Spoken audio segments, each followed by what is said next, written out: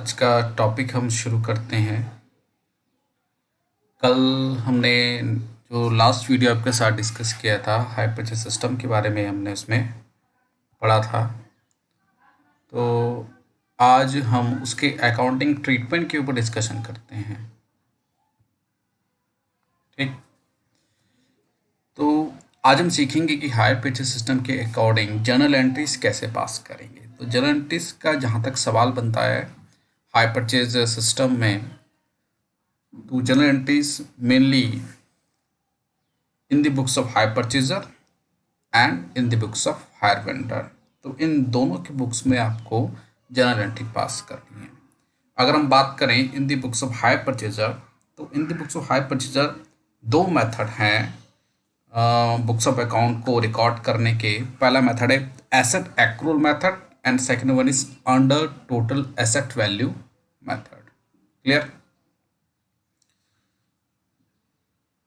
First method जो है वो एसेट एक्रूअल मेथड, वो ये कहता है कि जितना भी अमाउंट, चाहे वो डाउन पेमेंट के रूप में हो या इंस्टॉलमेंट के रूप में हो, हायर परचेज द्वारा हायर वेंडर को पे कर दिया जाता है, उतने पार्ट के लिए हायर परचेज को ऑनर एज्यूम किया जाता है। हालांकि हमें पता है कि हायर परचेज सिस्टम में हायर परचेजर तभी फाइनल ऑनर या ऑनरशिप उसे ट्रांसफर होती है जब वो लास्ट इंस्टॉलमेंट पे कर देगा, लास्ट इंस्टॉलमेंट तक पे कर देगा। उसी कंडीशन में हायर परचेजर को ऑनरशिप ट्रांसफर होती है। क्लियर है। लेकिन एसेट एक्रूअल मेथड में ये एज्यूम कर लिया गया है कि जितना part payment, down payment plus जितनी इंस्टॉलमेंट उसने पे कर दी हैं, चाहे एक इंस्टॉलमेंट पे करिए, दो इंस्टॉलमेंट पे करिए, तीन इंस्टॉलमेंट पे करिए, उतनी इंस्टॉलमेंट तक वो क्या होगा, उस पार्ट के लिए वो ऑनर है केवल। क्लियर है।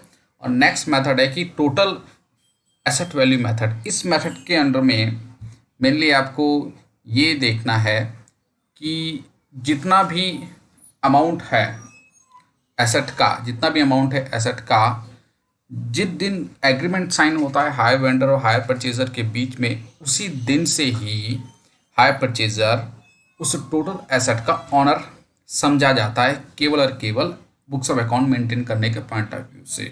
हालांकि वास्तविकता ये है कि हायर परचेजर तभी उसे ऑनरशिप ट्रांसफर होती है जब वो लास्ट इंस्टॉलमेंट पे करे, यानी कि पूरी की पूरी जो हायर परचेज प्राइस बैठता है उस पर्टिकुलर एसेट का पूरा पैसा वो पे कर देगा, तभी से ऑनरशिप ट्रांसफर होती है।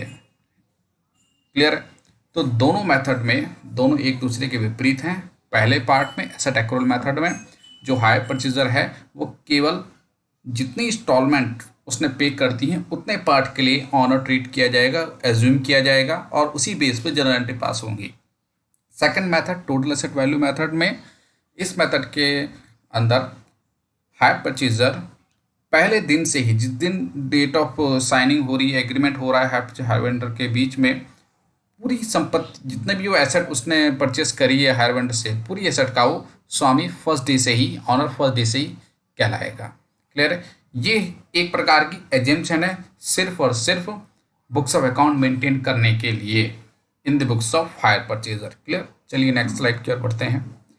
अब पहला जो मेथड है यानी कि एसेट एक्रूअल मेथड, इस मेथड में पहली एंट्री, जो पहला ट्रांजैक्शन होता है हायर वेंडर और हायर परचेज के बीच में, on taking the delivery of asset, सबसे पहले हायर वेंडर से हायर परचेज जो एसेट ले रहा है, उसकी डिलीवरी उससे ले रहा है, उसके लिए कोई एंट्री पास नहीं करेंगे। क्यों?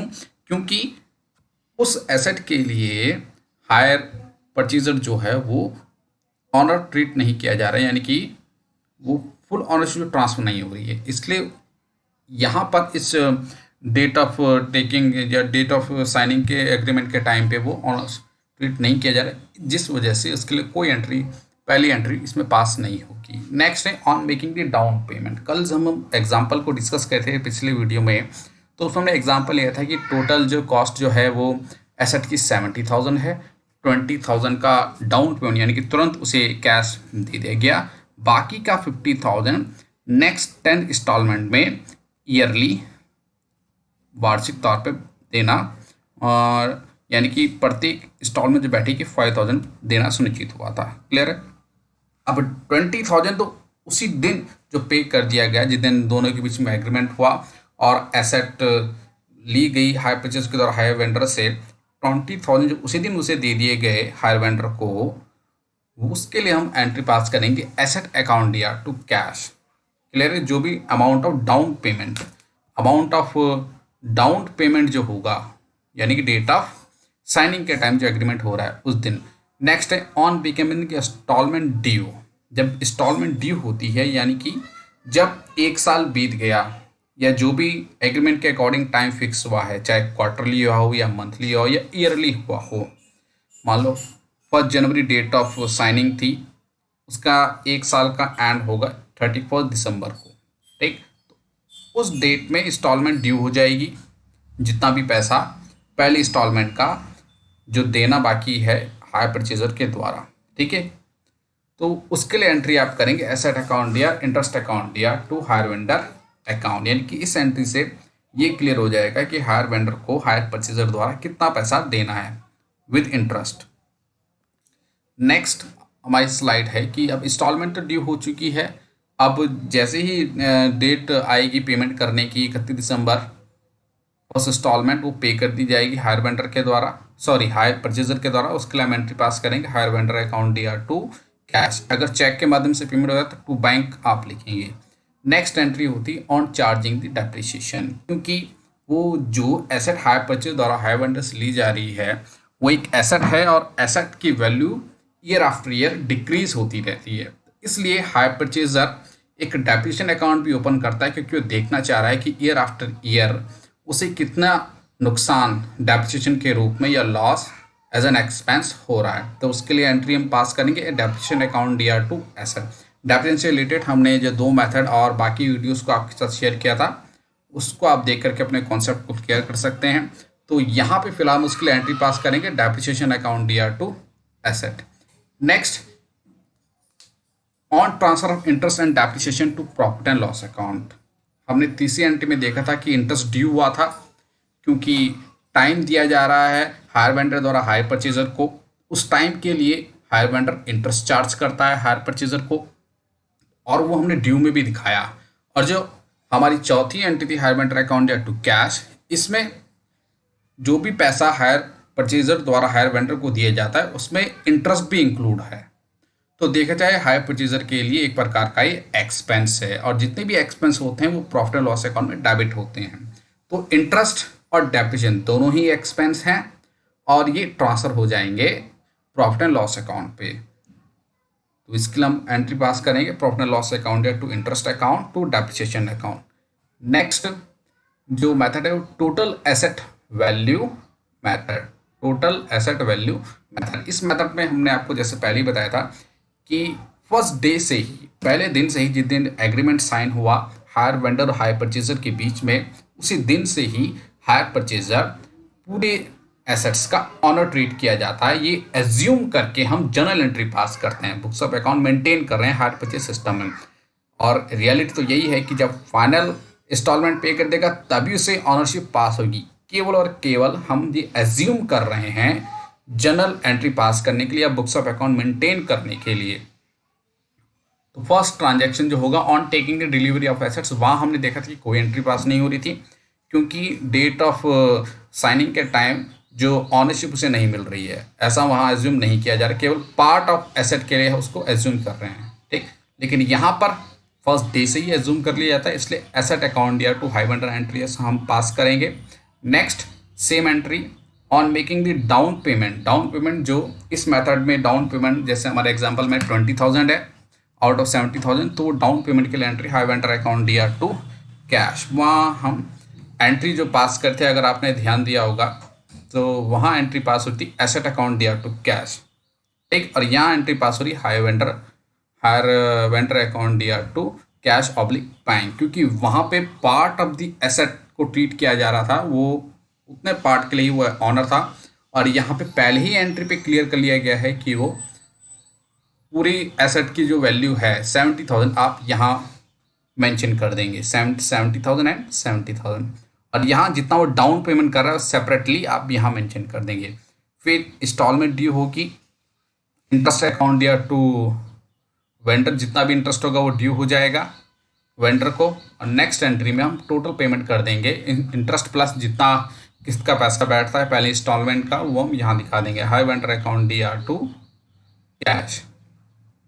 नेक्स्ट एंट्री डेप्रिसिएशन के लिए सेम एंट्री होगी जैसे हमने पहले मेथड में करी थी, एसेट एक्रूवल मेथड में depreciation account DR to asset, ये एक एक्सपेंस है, इंटरेस्ट और डेप्रिसिएशन ये same profit and loss account में ट्रांसफर हो जाएगा।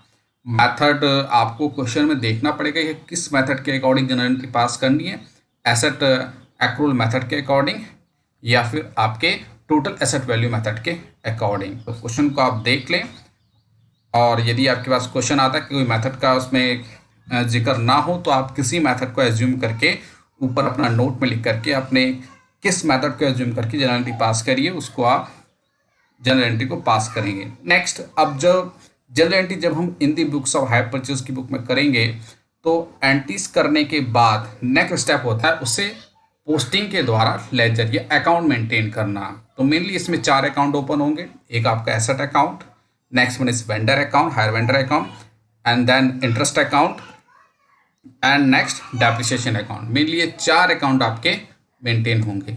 नेक्स्ट बात करते हैं accounting in the books of hire vendor. हमने बात पहले के बताई थी आपको कि जनरल एंट्री मेंटेन होंगी इन दी बुक्स ऑफ हायर परचेज और इन दी बुक्स ऑफ हायर वेंडर। अब बात करते हैं हायर वेंडर की बुक्स में एंट्रीज की।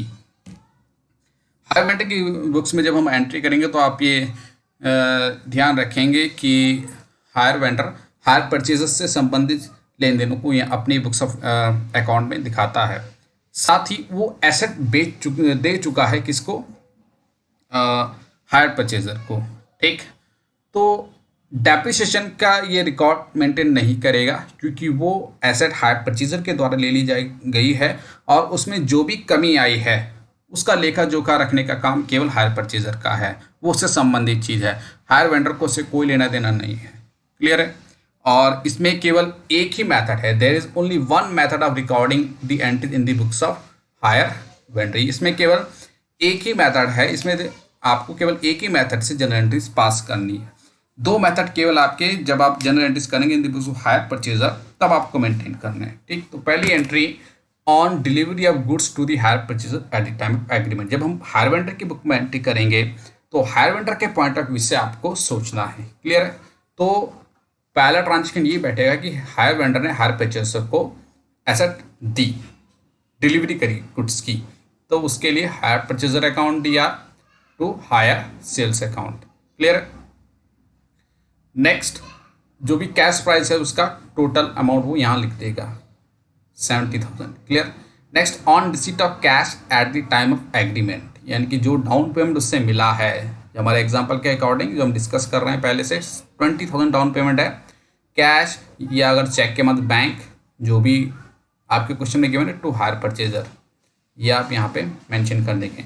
Next, on interest being due. अब यहाँ ध्यान देने वाली बात यह है कि यहाँ पे इंटरेस्ट क्या हो रहा है, मिल रहा है किसको, हायर वेंडर को। किससे? हायर परचेजर से। ठीक, तो ड्यू की एंट्री पहले करेंगे हम कि कितना मिलना है, तो hire purchaser account DR2 interest, ये एंट्री इस बात को बताती है कि हायर परचेजर ने कितना इंटरेस्ट देना है, अभी मिला नहीं है, वो नेक्स्ट एंट्री हम बताएंगे। ऑन रिसीट ऑफ इंस्टॉलमेंट, अब पहली किस्त मिलने से शुरू हुई तो कैश या बैंक जो भी हो वो आप देख लेंगे, और टोटल अमाउंट जो भी इसकी इंस्टॉलमेंट प्लस इंटरेस्ट जो बैठेगी वो टोटल आप यहाँ पे आप उसको क्या कर देंगे, उसको मेंशन कर देंगे। ठीक, next, on transfer of balance of hire sales to trading account. ठीक, जैसे हम ट्रेडिंग अकाउंट बनाते हैं तो ट्रेडिंग अकाउंट में आपने देखा होगा ओपनिंग स्टॉक आता है, परचेज आता है, फिर बाय सेल, यानी कि जितनी भी सेल उस साल के दौरान हुई तो यहाँ पे हायर वेंडर द्वारा बेचा गया किसको, हायर परचेजर को। तो जितना भी उसने सेल किया है वो ट्रेडिंग अकाउंट में ट्रांसफर हो जाएगा ताकि हायर वेंडर अपना ट्रेडिंग अकाउंट बना सके और उससे वो ग्रोस प्रॉफिट या ग्रोस लॉस जो भी कंडीशन जो भी उससे निकल रहा है वो जान सके। क्लियर? तो उसके लिए एंट्री पास होती है hire sales account DR2 trading account. ये एंट्री पास होती है जितनी भी सेल उसने हायर परचेजर की तो ये एंट्री पास होगी। क्लियर है? ईयर के एंड में। Next, on transfer of interest to profit and loss account. अब जो भी ब्याज है वो ब्याज जो है एक प्रकार की इनकम है, किसके लिए, हायर वेंडर के लिए, तो वो प्रॉफिट एंड लॉस अकाउंट के क्रेडिट में जाएगी। इससे पहले जब हम इन दी बुक्स ऑफ हायर परचेज की बुक में देख रहे थे तो इंटरेस्ट को हम क्या कर रहे थे, प्रॉफिट एंड लॉस अकाउंट में डेबिट कर रहे थे, क्योंकि वो एक्सपेंस है हायर परचेजर के लिए, और यहाँ इंटरेस्ट को हम क्रेडिट कर रहे हैं क्योंकि वो हायर वेंडर के लिए इनकम है। क्लियर? तो ये जनरल एंट्रीज आपको पास करनी है इन दी बुक्स ऑफ हायर परचेजर। अब जब आप इन जनरल एंट्रीज को पास कर लेंगे तो आपको कुछ लेजर भी अकाउंट प्रिपेयर करने पड़ेंगे इन दी बुक्स ऑफ हायर वेंडर के से जो जनरल एंट्री आपने पास करी। तो मेनली 3 अकाउंट आपको प्रिपेयर करने, एक तो हायर परचेजर अकाउंट, एक hire sales account, next is interest account. Depreciation account यहाँ पे मेंटेन नहीं होगा क्योंकि डेप्शन से हायर वेंडर का कोई लेना देना नहीं है, क्योंकि जो भी एसेट थी वो ट्रांसफर कर दी गई हायर परचेज को, उसका रिकॉर्ड मेंटेन का काम केवल और केवल हायर परचेजर का है। ठीक, तो ये आपकी टोटल टॉपिक रहा अकाउंटिंग ट्रीटमेंट, कैसे जनरल एंट्री आपको पास करनी है। आप इसको अच्छे से स्टडी करें।